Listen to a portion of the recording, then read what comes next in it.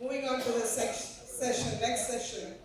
So I would like to invite Dr. P.B. Balamurgan, our next chairperson. Excuse me, sir. Please have a seat. I would like to felicitate our chairpersons, C. Muralidharan. I would like Dr. Manikandan to felicitate our chairpersons.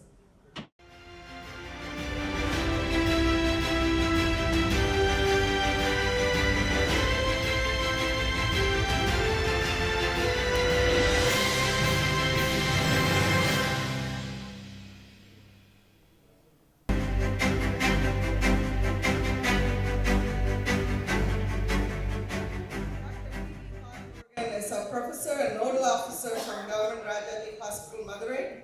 I would like to invite Dr. Subbaiah. He's our senior diabetologist with more than 25 years experience in the field of diabetes. He's a professor in HOD Department of Diabetology and a teacher for DM endocrinology. He's an university rank holder, author in various textbooks, and actively involved in research. Welcome. Thank you. Over to the chairperson.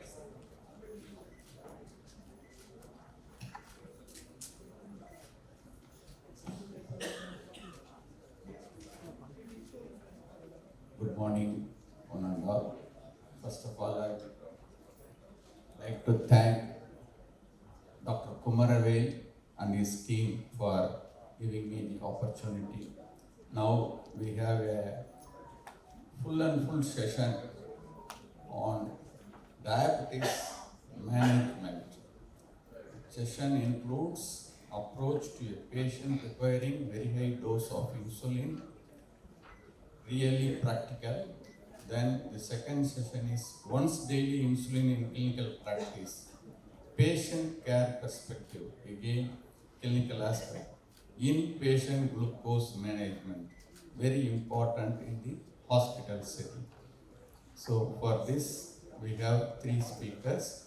First speaker,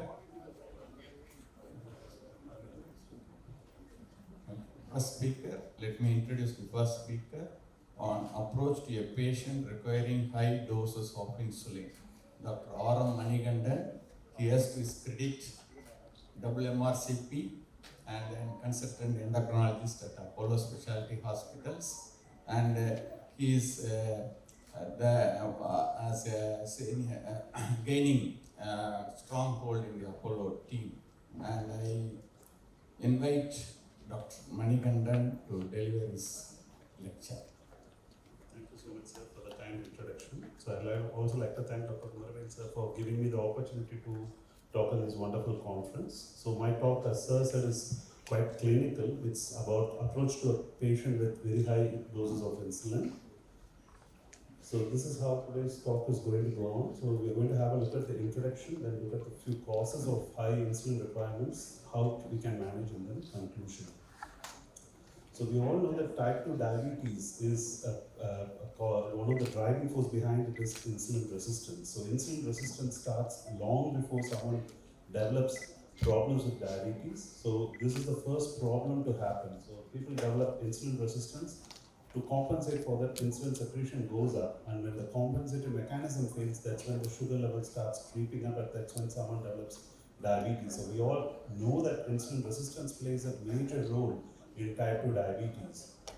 But the insulin requirements, when they go high, that's when we call it as severe insulin resistance and very severe insulin resistance. So this is a typical insulin requirements which most of us have seen in real life practice. In type 1 diabetes, most of the time our patients require anywhere between 0.3 to 0.6 units of insulin per kilogram per day. Very rarely the requirements do go up, so like someone when they're going through puberty, when someone's pregnant, when someone's unwell, the requirements might go up. But this is the typical requirement, what we have seen in type 1 diabetes patients. In type 2, typically most of our patients require anywhere between 0.8 to 1.2 or 1.3 units per kilogram. Very rarely they require very high requirements like 1.75 or 2 units per kilogram. And rarely there are causes when the requirements go beyond 2 units per kilogram per day. This is what we call as severe insulin resistance. To classify someone to have severe insulin resistance, normally we say if someone requires more than 2 units per kilogram per day, we call it as severe insulin resistance. And when someone requires more than 3 units, then it's classified as a very severe insulin resistance. Other alternative way to look at it is if someone's requiring more than 200 units of insulin, we can also classify it as severe insulin resistance. So let's look at the causes.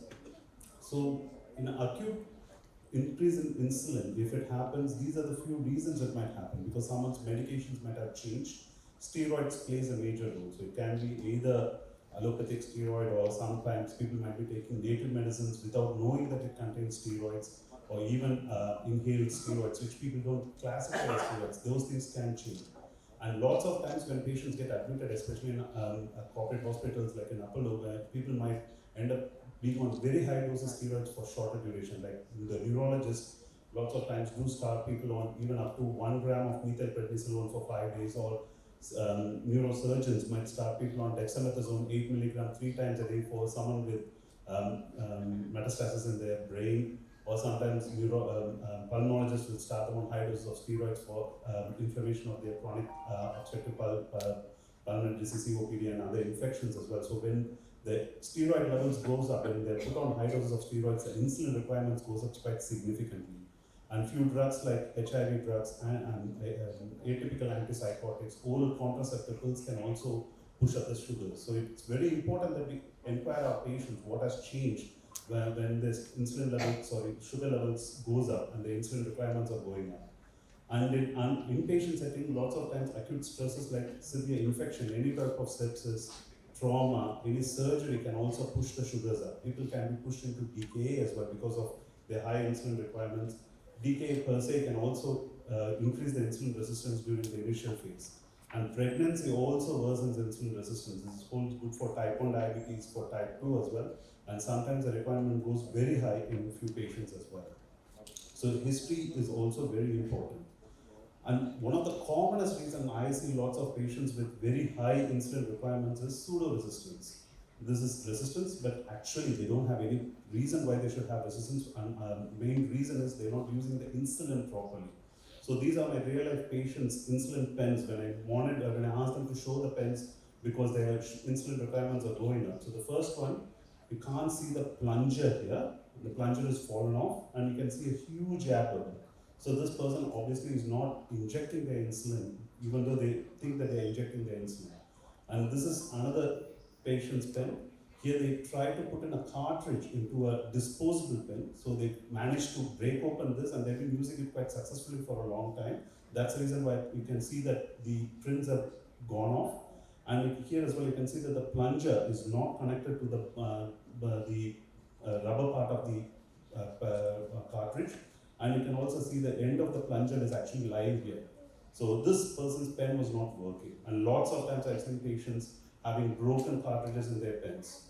And they're not stored their insulin properly, so insulin is not going to work. It's a protein and it won't work. The insulin might look normal, but it won't be working.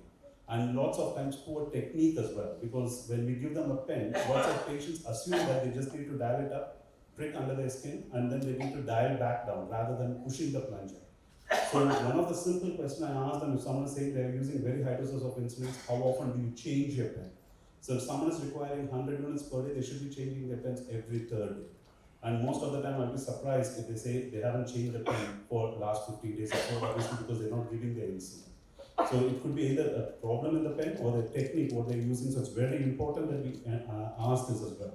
And other thing is poor injection technique. So this is lipohypertrophy, which has happened around the umbilicus because someone has been injecting insulin in the same spot again and again. And our patients most of the time don't change the needles as well. The insulin needles ideally needs to be changed after every single use because of the cost. What we say is at least change it every third or fourth time, or if it gets bent, or if they have pain or bleeding. But lots of times they use a single needle for the old cartridge or for the old bottle. So obviously it's going to cause lots of damage to the subcutaneous tissue, and they're going to have lipohypertrophy, where this fat deposits don't allow the insulin to be absorbed. So they might keep giving it into a place where the insulin is not going to be absorbed. So whatever dose they give, it's not going to work. And one fine day they move few inches apart and they give it in the normal space, they'll end up having a hypoglycemia. So it's very important that we look at the devices, we also look at where they're injecting, how they're injecting. And also, quite often I'm surprised when they show where they're injecting. People have shown me their calves quite often. They have shown the inner part of their arms and in the forearm as well. These are the places we never recommend. It should be only the subcutaneous places which we'll have a look at later. Very rarely, it could be because of various insulin resistance syndromes. So we have three widely accepted categories. Type 1 is because of mutation in the insulin receptor gene. Usually it happens in thin individuals with very high insulin requirements, and usually they don't have any receptors, antibodies, autoantibodies against insulin receptors. In type 2, it's predominantly due to autoantibodies towards insulin receptors, and sometimes people can get severe hyperglycemia, and also they can get hypoglycemia as well, and sometimes they can go into remission. Very rarely this happens, and I would like to thank Dr. Kumaravel sir when we had one such patient in Apollo Hospital a few years ago, when he helped me manage that patient. And the other type is type C, where if people have hyperandrogenism, insulin resistance, and acanthosis nigricans or Hyran syndrome. The difference is almost similar to type A, where they don't have antibodies, but the difference is here people are thin and here they are obese. And it's not the obesity which is driving the insulin resistance. Here they have significantly more insulin resistance compared to other typical type 2 diabetes patients. For want of time, I'm not going to go into much detail, but you need to be aware that there are a few syndromes which can cause severe insulin resistance as well. And there are a few other endocrine causes which can cause increased insulin resistance. So Cushing syndrome is one, whether it can be iatrogenic or endogenous Cushing syndrome. And people can develop severe insulin resistance because of this. Two simple things to do to analyze someone whether they got Cushing syndrome is ask them to show their abdomen or the inner part of their arms where we can see the striae, and also to look for proximal myopathy. The simple thing to do is ask them to get up from a chair with their hand on top of their head. If they are not able to do it, probably they have proximal myopathy. And then we need to go into this. Once again, for want of time, Cushing syndrome itself, we can give a long lecture. I'm not going to go into any further details about this, but please be aware about this condition as well. Acromegaly, when we have increased growth hormone circulating growth hormone levels in our body, this can also significantly increase insulin resistance. And there are a few other endocrine causes like hyperthyroidism, glucagonoma, where we produce more glucagon, and pheochromocytoma, where we are producing lots of adrenal hormones which can cause significant insulin resistance. So we need to keep our eye open for this. If you suspect any of these conditions, you need to evaluate, and please do refer to us, and we'll be able to help you manage these patients. People can develop lipodystrophy. This is someone with partial lipodystrophy where they have complete loss of fat in their arms and legs, but they have deposition of fat around abdomen and over their face. Sometimes they can have complete lipodystrophy, and I have a couple of patients who have developed this because of HIV infection. It could be because of the infection per se, we don't know why it happens, or it could be because of the medications, what we use for managing HIV. And those patients do have severe insulin resistance as well. So we need to be aware about this rare condition as well. So once we have analyzed a patient, know that they're not, it's not because of the faulty insulin techniques and faulty insulin preservation, then we need to look out for the other causes for patients experiencing insulin resistance, and then we need to manage those conditions appropriately. So normally, when we evaluate a patient, we need to ensure that we get a proper history. So we need to get when they started having this insulin requirements going up, whether they had any change in their medications, whether insulin prescription was changed. Because lots of times if they use a needle and syringe, they might be able to use it properly. When they go to a pen, they find it very difficult. When they go from a biphasic insulin, giving 2 injections per day to a basal bolus regime, they might be forgetting to take the basal insulin, or they might be giving basal 3 times and boluses 1 time. So there's lots of confusion as well. So it's very important that we inspect what medicines they are taking, how they are taking, and look at the sites of injection as well. And if possible, consider switching them to a simpler insulin regime, switching them to needle and syringes to see whether it's because of the poor technique this is happening. And if things don't work out in the outpatient setting, do consider admitting these patients, because that gives us lots of valuable information. It can show us how they're injecting, whether we can also take over the insulin. So we'll know for sure that we're giving the insulin properly, and we'll also know the doses what they're giving. Lots of times patients do lie to us that they're not taking quite large amounts of insulin, but at home they might be taking much lesser amounts. And sometimes people do need IV insulin to assess the actual insulin requirements. So very rarely when they have these syndromes and other things, then IV insulin is the only way we'll be able to diagnose their insulin requirements and also to prove that they have severe insulin resistance.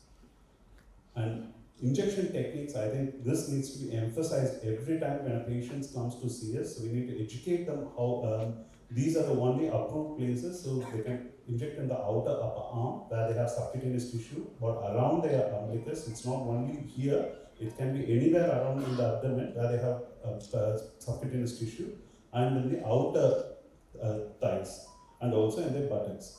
Because people have seen injecting here, and also in the inner arms as well.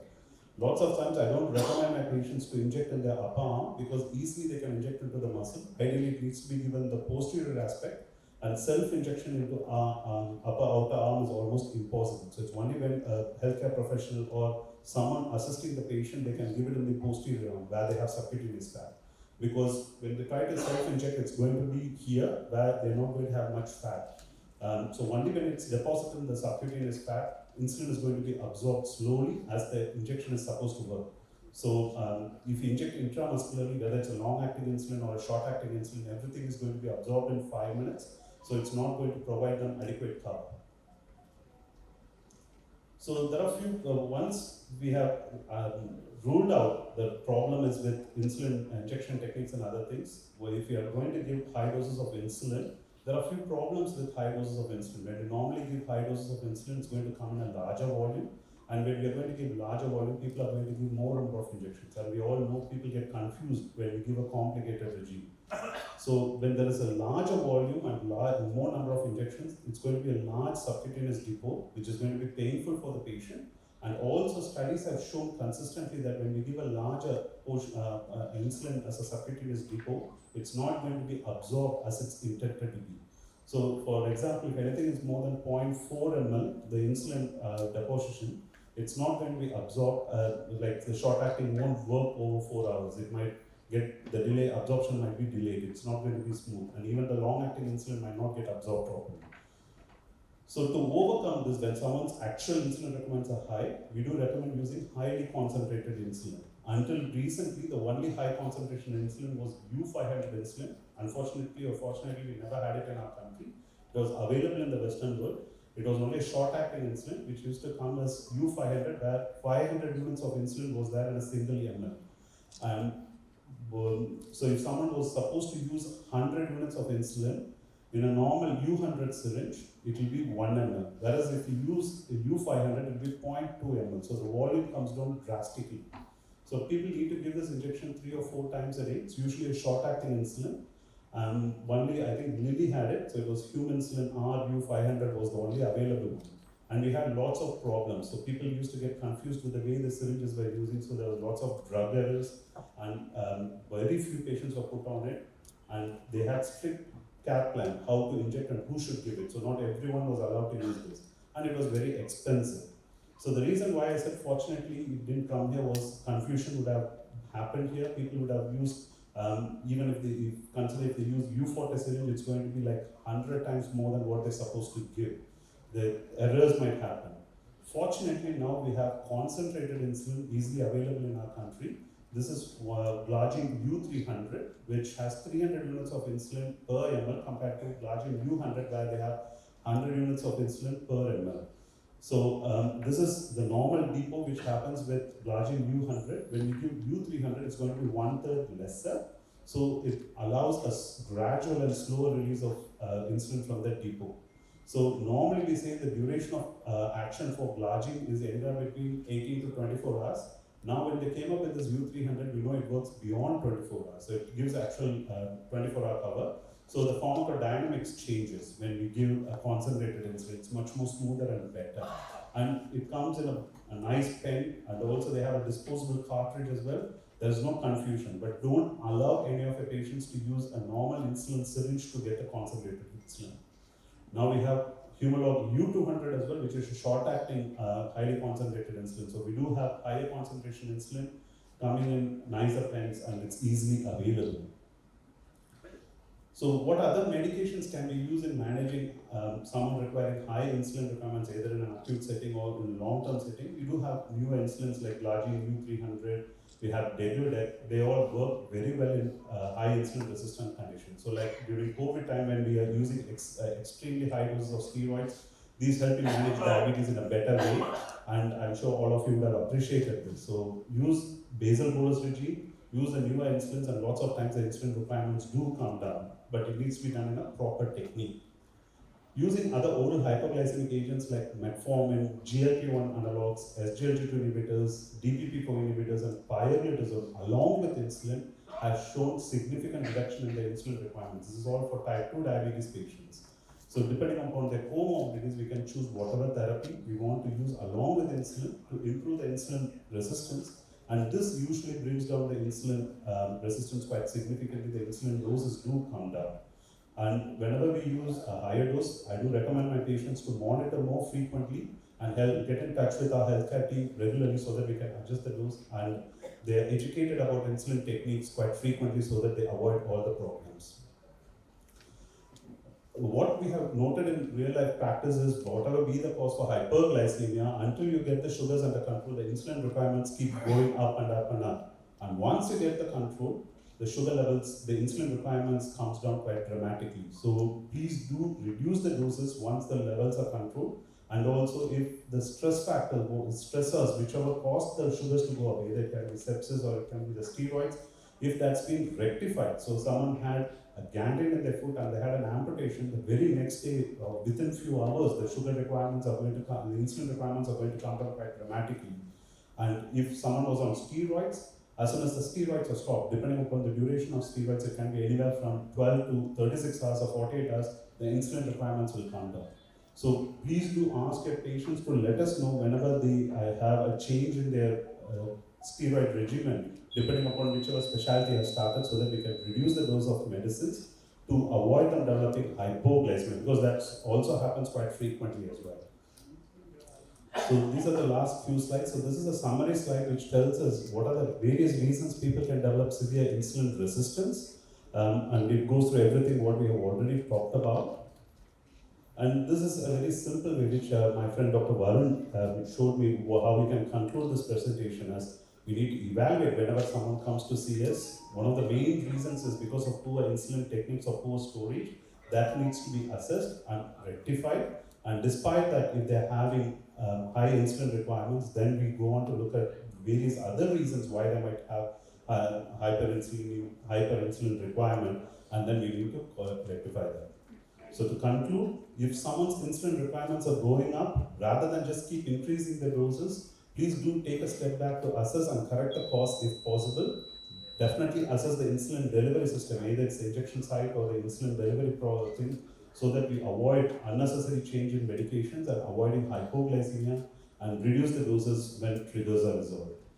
So we need to move our patients from being scared of getting diabetes control by optimizing insulin technique so that they're happy managing their diabetes control. Thank you so much for your patient listening.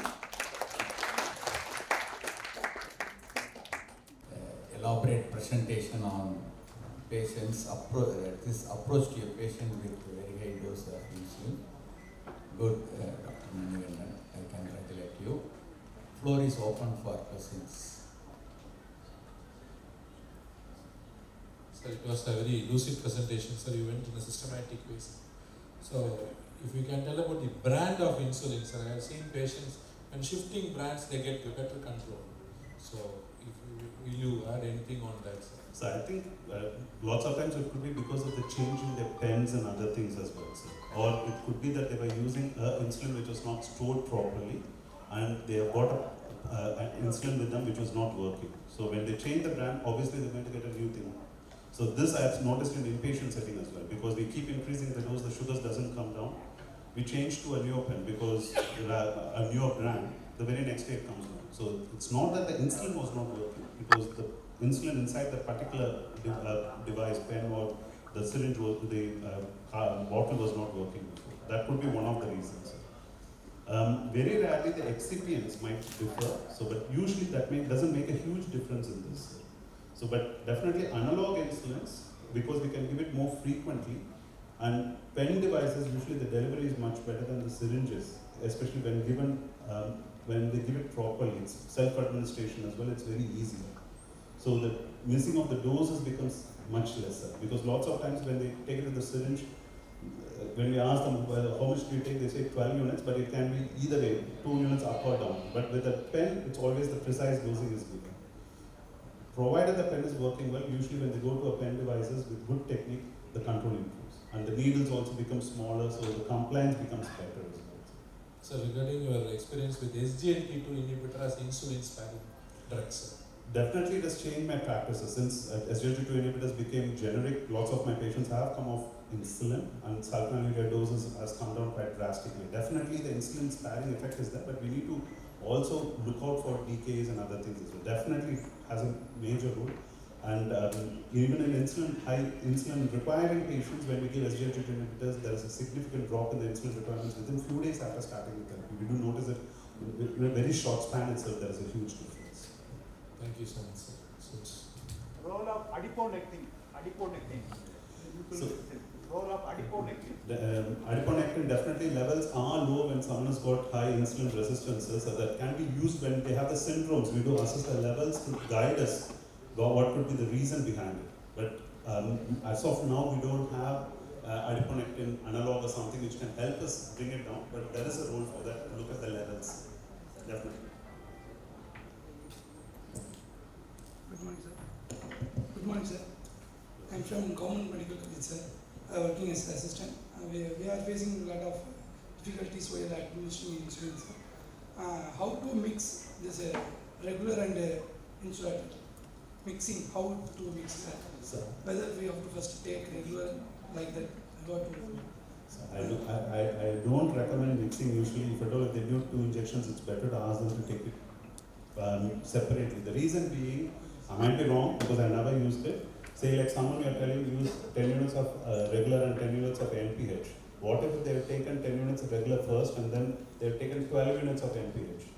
So where will they throw it off? That's the thing. So when they, even if they're going to squirt it out, I don't know how much proportion of the regular is going to come off as well.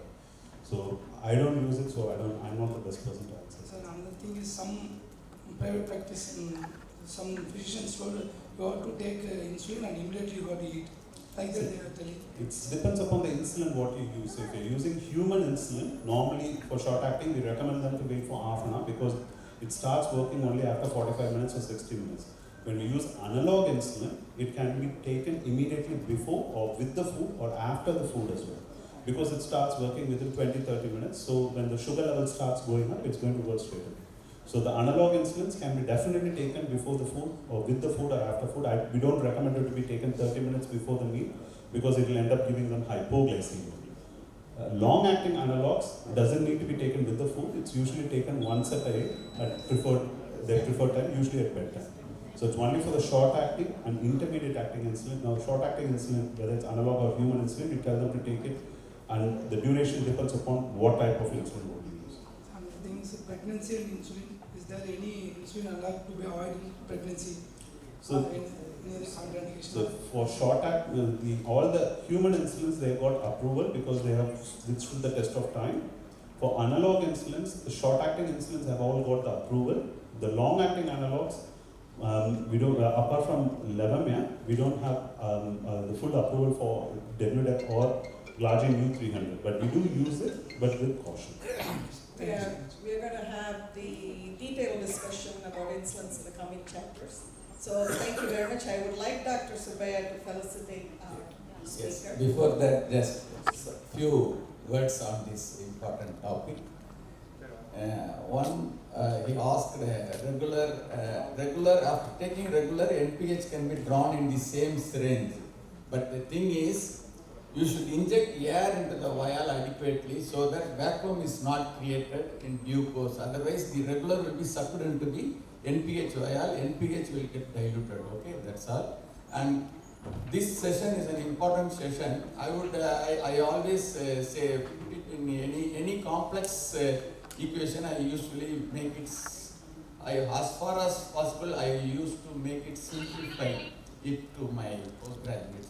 See, pre-receptor, receptor, post-receptor, go in that way. Pre-receptor, think of all those things which is starting from cold chain, then this device problem, lipohypertrophy, whatever, everything.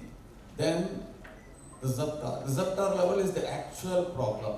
Type A, type B, all those things. Then this lipodystrophy syndromes, all those things come at that level. Post-receptor, again it is a both. See, somebody can fight against the receptor, that is your opposite hormones. So that, think over that item.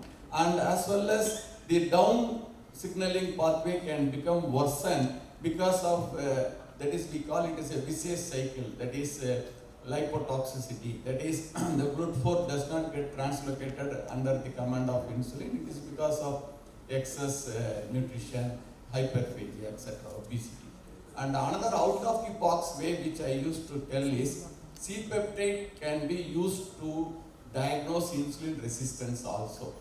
See, C-peptide is usually asked to do whenever you suspect severe insulin deficiency. But in type 2 diabetes, somebody is requiring very high dose of insulin, that fellow is able to maintain his weight, is not losing weight. Then you do a C-peptide. To your surprise, you may find that C-peptide may be high. Then you can use some drugs, armamentarium, and try to cut down the insulin. One of those drugs can be SGLT2 inhibitor, pioglitazone, based on the nature of the patient. Okay. Nice, Manikandan. Thank you, sir. Please, Dr. Subbiah, felicitate our speaker. Thank you.